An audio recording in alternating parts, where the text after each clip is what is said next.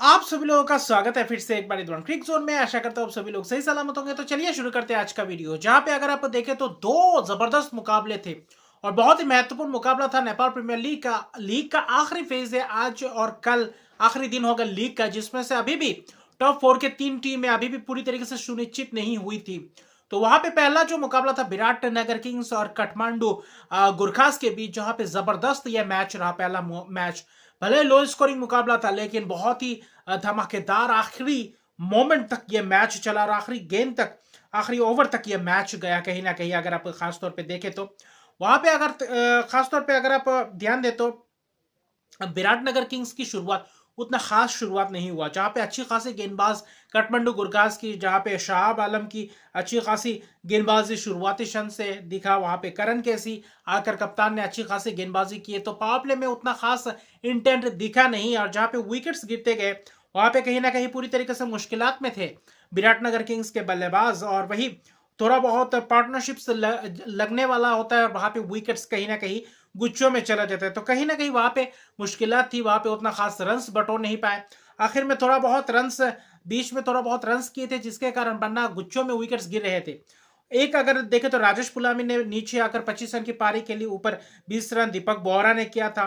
पंडा 13 run, ऐसे करके start मिल रहा था, लेकिन विकेट्स गवाते चले जा रहे थे। और कुछ वैसे शॉट जहां पे जिस वक्त जिस शॉट की जरूरत नहीं थी, वहां पे विराटनगर किंग्स के बल्लेबाजों ने वो करके गए और आखिर में जाकर 19.5 ओवर में 117 रन सिर्फ बना पाए। 118 का लक्ष्य दिए थे। वहां पे 3 जबरदस्त wicket Gerrard Erasmus power play में, और वही दूसरी तरफ अगर खास तौर पे देखें तो मिडिल ओवर्स में खास तौर पे जेराड एरास्मस पूरी तरीके से छा गए और अच्छी खासी विकेट्स चटकाए, महत्वपूर्ण विकेट्स चटकाए और पार्टनरशिप बिल्डअप करने नहीं दिया है। वो एक सबसे महत्वपूर्ण बात था। और जेराड एरास्मस कहीं ना कहीं बल्लेबाजी, गेंदबाजी और फील्डिंग भी जबरदस्त करते हैं ये खिलाड़ी, और जिसके कारण इस टीम के लिए बहुत ही महत्वपूर्ण ये खिलाड़ी बन चुके। 2 विकेट दीपेश कंडेल ने भी विकेट चटकाए। तो ये दो गेंदबाजों ने पूरी तरीके से दबाव बनाए रखा था विराटनगर किंग्स के बल्लेबाजों के ऊपर, जिसके कारण विकेट्स मिलते गए। और वहां पे जो प्रेशर था कहीं ना कहीं रन्स बनाने का, उसके तहत विकेट्स अपना गवाते गए। लेकिन जो 118 का लक्ष्य था, ऐसा लग रहा था कि शायद एक मौका है, क्योंकि काठमांडू गुरखास के पास मौका था कि यहाँ से प्लेऑफ में प्रवेश करने के लिए मैच जीतना बहुत ही जरूरी था। और वहां पे कहीं ना कहीं शुरुआत काठमांडू गुरखास की भी कुछ खास शुरुआत नहीं थी, जहां पे 4-5 विकेट पावर प्ले के अंदर आप गवा देते हैं। जहां पे पूर्व खास तौर पे देखें तो प्रमुख बल्लेबाज एस्केनाजी, माइकल लेविट ऐसे खिलाड़ी अगर आपका विकेट्स गवाते चले जाते पावर प्ले में, जहां पे सिर्फ 118 रन चाहिए, कहीं ना कहीं वहां से वापसी करने का मौका दे दिया था विराटनगर किंग्स। क्योंकि आज संदीप लमिचा ने कप्तान की जबरदस्त स्पिन, जबरदस्त गूगली लेग स्पिन करता हुआ दिखाई दिया और अच्छा खासा विकेट्स चटकाए, जिसके तहत विराटनगर किंग्स अच्छी खासी वापसी किए थे। लेकिन बीच में जो एक बल्लेबाज थे वो है प्रतीक श्रेष्ठ। प्रतीक श्रेष्ठ ने जो आज खेला, पारी खेला, जो महत्वपूर्ण पारी, खासतौर पर 39 रन की पारी, वही पारी ने किसी कहीं ना कहीं थोड़ा बहुत उम्मीद जगाया काठमांडू गुरखास के लिए। एक वक्त ऐसा था जहां पे राशिद खान और शंकर राणा कोशिश कर रहे थे, शंकर राणा आखिर तक रहे, बीच के ओवर्स में उतर रन अच्छी खासी आ नहीं रहे थे। थोड़ा बहुत भले ही पार्टनरशिप्स बिल्डअप हुआ था 30-35 रन का, लेकिन कहीं ना कहीं अगर आप देखें तो प्रतीक श्रेष्ठा के विकेट गिरने के बाद एक वक्त ऐसा आ गया था कि 9 विकेट चल गए थे 102 रन पे, और वहां पे चाहिए था 17 रन के करीब, 16 रन के करीब जीत के लिए। वहां पे था शंकर राणा और आखिरी बल्लेबाज दीपेश खंडल।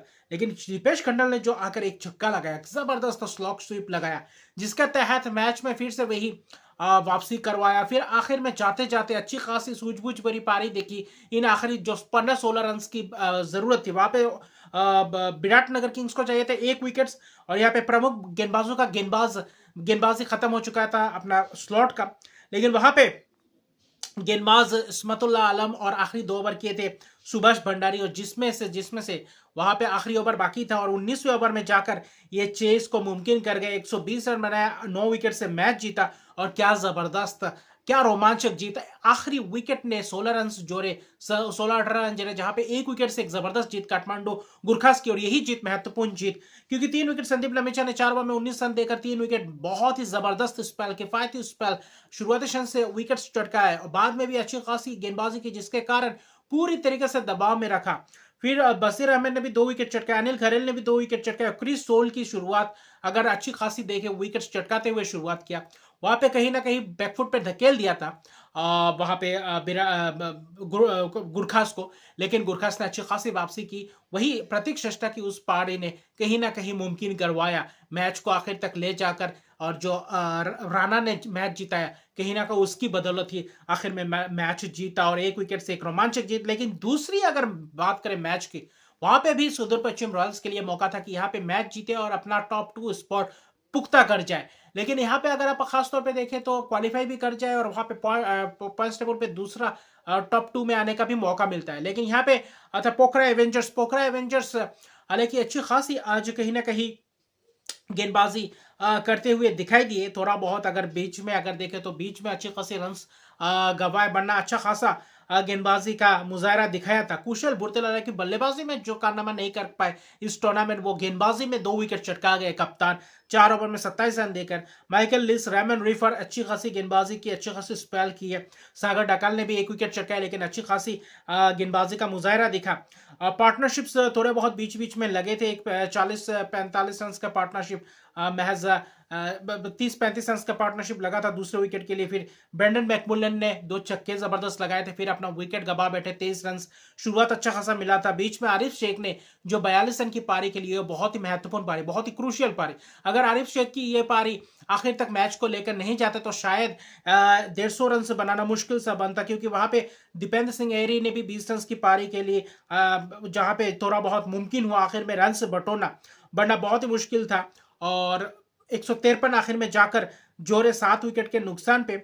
और वही कहीं ना कहीं अच्छी खासी वापसी करवाई आरिफ शेख ने। महत्वपूर्ण पारी 42 रन ही सही, लेकिन बहुत ही किफायती गेंदबाजों के सामने अच्छी खासी बल्लेबाजी के तहत 153 पर लेकर गए 7 विकेट के नुकसान पे। लेकिन जो पोखरा एवेंजर्स की शुरुआत थी, एंडियस घोष दूसरे एंड से अच्छी खासी आक्रामक रवैया के साथ बल्लेबाजी कर रहे थे। दूसरे एंड से हरमीत सिंह से शुरुआत करवाया था गेंदबाजी में। पावर प्ले ठीक ठाक घटा था। अगर आप पोखरा एवेंजर्स की खासतौर पे सुदूर पश्चिम रॉयल्स की अगर बात करें, पोखरा एवेंजर्स की माफ कीजिएगा बात करें, तो वहां पे बल्लेबाजी में कुशल भुरतेल फिर से एक और बार नाकाम रहे। स्कॉट क्यूगलिन ने चलता किया। शुरुआती स्कॉट क्यूगलिन ने 2 जबरदस्त विकेट से चटकाए थे, 3 विकेट चटकाए थे। तो वहां पे कहीं ना कहीं मौका बना था स्कॉट क्यूगलिन के लिए। दिलीप नाथ को तो जल्दी जल्दी विकेट चटकाया, लेकिन एंड्रियस घोष का विकेट कहीं ना कहीं महत्वपूर्ण वो विकेट था। एंड्रियस घोष शॉट मारते हुए, चक्का मारते हुए अपना विकेट गवाया।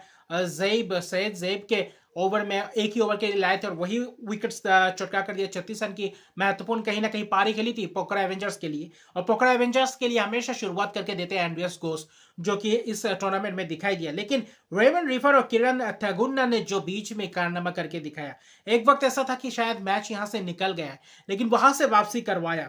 वहां से फिर से वही एक अच्छी खासी पार्टनरशिप, जहां पे 69 पे 5 विकेट थे, अच्छी खासी स्कोर बने थे 10 ओवर्स के हिसाब से। अगर आप देखें तो राणा बॉल ही चल रहे थे, लेकिन वहां से एक पार्टनरशिप, और वही पार्टनरशिप 70 रन की कहीं ना कहीं पार्टनरशिप करके दिया। और ये जो मैच पलटा, आखिरी 2 ओवर में 15 रन चाहिए था मैच जीतने के लिए। ऐसा लग रहा था रेमन रेफर भी है, किरण भी है, लेकिन हरमीत सिंह को दिया 19वां ओवर और वही कहीं ना कहीं मैच विनिंग ओवर बन के उभरा। और वहां विकेट्स रेमन रिफर का चटकाया, माइकल लिस का चटकाया, रेमन रिफर छक्का मारते विकेट गवा बैठे। वहां पे सिंगल्स डबल्स भी लेते, एक चौका के लिए भी देखते तो शायद मैच अपने गिरफ्त में होता पोखरा एवेंजर्स के लिए। लेकिन 33 रन की पारी के लिए 32 रन की पारी किरण थगुन्ना अगले ही ओवर में स्कॉट क्यूगलिन को आखिरी ओवर दिया था, वहां पे वाइड्स भी हुए थे, वहां पे भी रोमांचक था।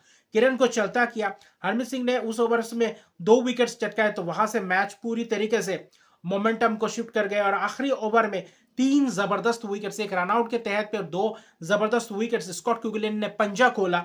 और स्कॉट क्यूगलिन की जो महत्वपूर्ण स्पेल था वो अहम वक्त पे काम आया। 3.4 ओवर में 1 मिनट 18 रन देकर 5 विकेट, और सुदूर पश्चिम रॉयल्स को इस पंजे के साथ साथ क्वालिफाई प्लेऑफ के लिए भी खासतौर पे देखें तो क्वालिफाई कर चुके हैं, और वहीं पे टॉप 2 में अपना पूरी तरीके से लगभग पक्का कर चुके हैं। वहां पे 3 विकेट हरमीत सिंह की जो 19वां ओवर था वो मैच विनिंग, वो डिफाइनिंग ओवर था, वरना मैच निकाल कर ले जाते रेमन रिफर और किरण थगुन्ना। तो वही दिलचस्प रहा पोखरा एवेंजर्स और सुदूर पश्चिम रॉयल्स और सुदूर पश्चिम रॉयल्स की जबरदस्त वापसी। कप्तान ने भी अच्छी खासी किफायती स्पेल के 4 ओवर में 8 रन दिए, जिसके तहत बीच में कहीं ना कहीं थोड़ा बहुत पकड़ बनाए रखा था। बाकी स्कॉट क्यूगलेन की लाजवाब प्रदर्शन, हरमीत सिंह की लाजवाब आखिरी जो स्पेल का ओवर था वो बहुत ही जबरदस्त और बहुत ही कारगर वाला वो ओवर था, और इसी के साथ मैच जीता, आखिर में जाकर 5 रन से जीता, और इसी के साथ क्वालिफाई कर चुके हैं नेपाल प्रीमियर लीग के पहले इनॉग्रल सीजन में वहां पे प्लेऑफ खेलने के लिए। तो कल एक और आखिरी लीग मुकाबला होगा जहां पे कर्नाली यक्स बनाम वहां पे खास तौर पे देखे तो सुदूर पश्चिम रॉयल्स के बीच घमासान होगा, और वहां पे पता चलेगा कि कौन वहां पे बाजी मारेगा टॉप 4 के लिए। हालांकि 4 तो दोनों ही पहुंच जाएंगे, लेकिन कर्नाली यक्स कहीं ना कहीं अगर हारे किसी बड़े मार्जिन से तो शायद काठमांडू गुरखास क्वालिफाई कर सकते हैं। तो ये इस पे भी निगाह रहेंगी, क्योंकि तीन टीमें क्वालिफाई कर चुकी है। यहाँ से कर्नाली यक्स या काठमांडू गुरखास कौन जाएंगे, कल आखिरी मुकाबले में पता चलेगा। तो मिलते हैं अगले वीडियो में। अभी के लिए इतना। अगर मेरे चैनल को सब्सक्राइब नहीं किया तो मेरे चैनल को सब्सक्राइब कर दीजिए, लाइक शेयर कमेंट जरूर कीजिए। तब तक के लिए गुड बाय।